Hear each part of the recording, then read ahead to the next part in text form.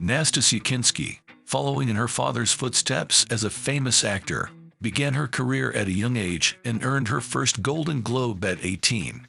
She achieved worldwide recognition throughout her lifetime, leaving a lasting impact on some of the most memorable films of the 90s, spanning various genres. However, Kinski ultimately chose to leave her acting career behind in pursuit of a quieter, more fulfilled life at home. In this video, we want to discover what happened to the actress's career.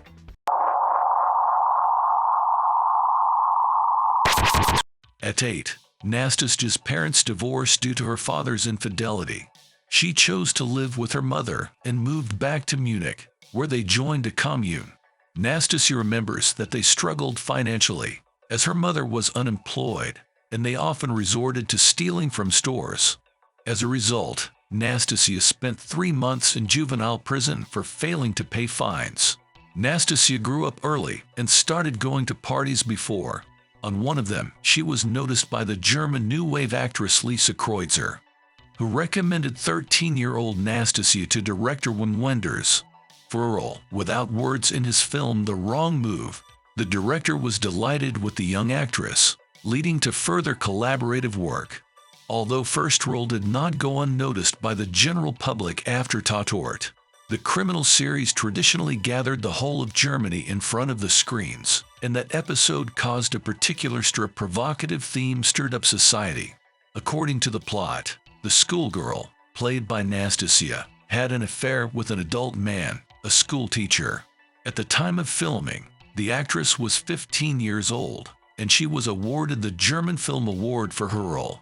A year earlier, she had also appeared in the British horror film To the Devil a Daughter, where she appeared completely naked in front of the camera. After that, few were surprised by her relationship with Roman Polanski, who was 43 years old at the time. After this meeting, the actress' career skyrocketed. Nastassja was together with Polanski for several years. He shot her for Vogue, sent her to the United States acting course at the legendary Lee Strasberg Theater and Film Institute, and in 1979 starred her in the movie Tess. Roman Polanski dedicated the film to his late wife, Sharon Tate, who was killed by the Manson clan in 1969. Sharon had read the source novel for the film and believed her husband would one day make a great film from it. The film was released in theaters 10 years after her death. The film was unsuccessful at the box office, but audiences and critics were delighted. For it, Kinski won a Golden Globe Award and a nomination for the Caesar and woke up in a new status. He is no longer local, but an international star. During filming in Tess, she met Demi Moore, who lived next door. Nastassja's career in Hollywood was taking off, and she regularly received scripts from directors who wanted to work with her. That's where Demi Moore's assistance proved useful. Nastassja had a good command of English but had difficulty reading. So, Demi would read the scripts aloud for her, and Nastassja would decide which projects she wanted to participate in. It seemed that the career of the actress would now only go upward, and she made the logical choice to star in super successful directors. First, she signed on for one of the lead roles in One from the Heart. It was directed by Francis Ford Coppola, who had just finished working on Apocalypse Now, originally intended as a small film after Apocalypse Now's enormous cost, pressures, and production problems. This film's budget ballooned from $2 million to over $25 million. The extraordinary costs led to director Francis Ford Coppola declaring bankruptcy. Coppola has stated that his films were done to pay off the debts incurred producing this film. And predictably, the film was a complete failure. There was no money for advertising, and all hope was on the star name of the director and on the young rising star Kinski.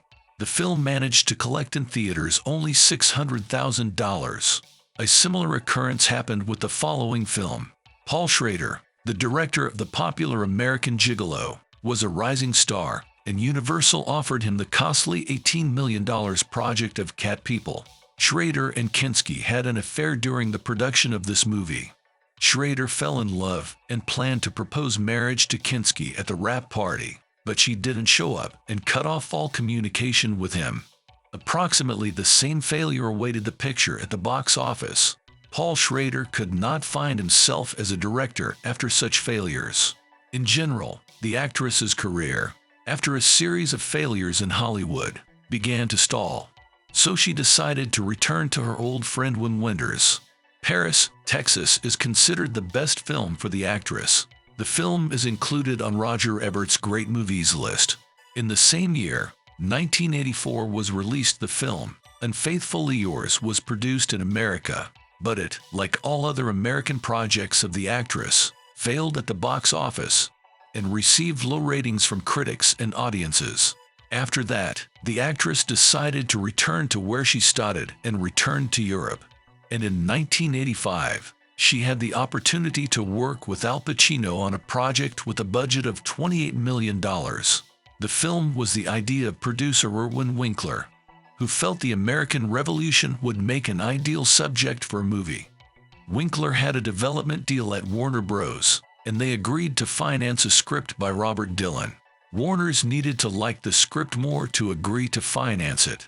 Upon its release, this movie was the biggest and most expensive box office disaster in British movie history. It was almost single-handedly responsible for a decade-long financial crisis in the industry. After the massive losses scared off city financing for British movies for years to come, this failure hit the whole crew very hard. Director Hugh Hudson ended a career, and Al Pacino paused his career for several years and was able to return thanks to the third part of The Godfather. Nastassja Kinski traveled around Europe, starring in Italian, French, and Russian films that were local and auteurist and did not aim for success. By the age of 30, her acting career had started to decline.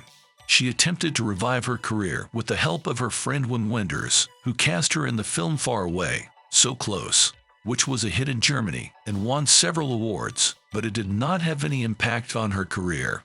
After an unsuccessful European tour, Kinski returned to America, but there was no work for her. She was only offered roles in television projects or minor cameo roles. By the age of 40, her acting career was over. In recent years, Kinski has not been actively working as an actress, and her last major project was a cameo role in David Lynch's Inland Empire in 2006. Quentin Tarantino had considered casting her in *Inglourious Basterds*, but eventually, the part went to Diane Kruger. Kinski also tried her hand at producing, but failed to find success. The most notable work during this period was her role in the mini-series Dangerous Liaisons alongside Catherine Deneuve. Today, Kinski is mostly forgotten by viewers, and her name is not well known to the younger generation. Despite this, she occasionally appears on talk shows as a guest star and prefers to spend her time in her garden and tending to her flowers.